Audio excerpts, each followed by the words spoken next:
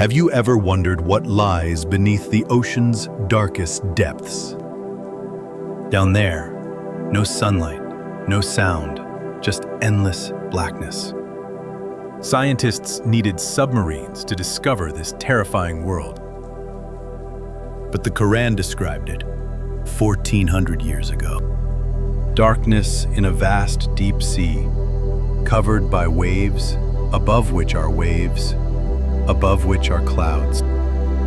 Multiple layers of waves, something no desert traveler could imagine. It's not just description, it's exact science. Every verse like this whispers, this knowledge is not human. The Quran is speaking truths long before humans discovered them.